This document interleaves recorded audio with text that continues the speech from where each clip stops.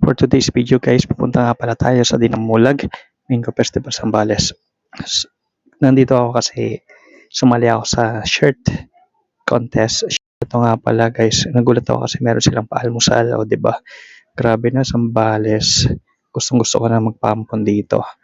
Kasi meron silang paalmusal na spaghetti and Shanghai.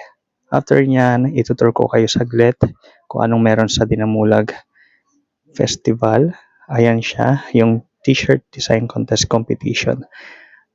Ayan yung mga sumali. Grabe, ang gaganda rin ng mga gawa nila. Tapos meron din ditong mango pickle. So guys, ayan na, napakasarap ng mga mango pickle. Lalo na kapag hindi season, pwede kang kumuha o humugot. Pwede kang gumawa ng ganitong klaseng mango pickle. Para kapag gusto mong kumain ng mango, di ba? Kahit hindi pa season, at least may naburo ka na. So napakaangas talaga ng Zambales. Ito nga pala yung ating t-shirt design competition. Ako yung gumawa ng mango. Ayan, yung mango style. Nasa top 10 na tayo. Pumunta nga pala ako dito dahil na-invite tayo for awarding. Mamaya pa yung awarding. Akala ko kasi mabilisan to. Pero okay lang kasi napakasaya din ng experience this day dahil merong free na food, which is yun nga, almusal. Tapos nandiyan din si Win Kulot. Kung kilala niyo yung vloggers na yan, yan si Win Kulot ng Zambales. Sumali rin siya sa vlogging contest. Ang kulot pala talaga siya sa personal. Kaya pala Win Kulot yung pangalan niya dun sa Facebook page niya. Tapos umalis dyan si Win Kulot kasi nga nagpa-picture siya sa akin. Ayan yung picture namin, di ba? Ang galing ko.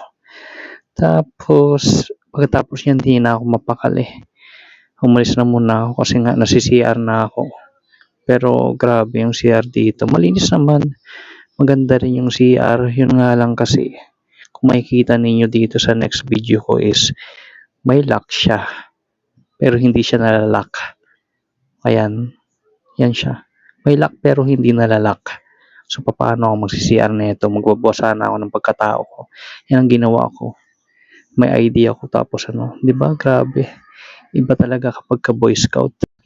Pero at the end of the day, hindi ako naging successful. So tanghalian na, hindi pa rin tayo successful pero kumain na muna tayo. Mag-alas 2 na. Pagkatapos ng alas 2, meron pa silang pamerienda. Grabe na Zambales, meron pang pa-burger. Anyway, naging successful naman tayo pagdating sa awarding kasi first runner up tayo. Hindi na sayang yung pagpunta ko rito.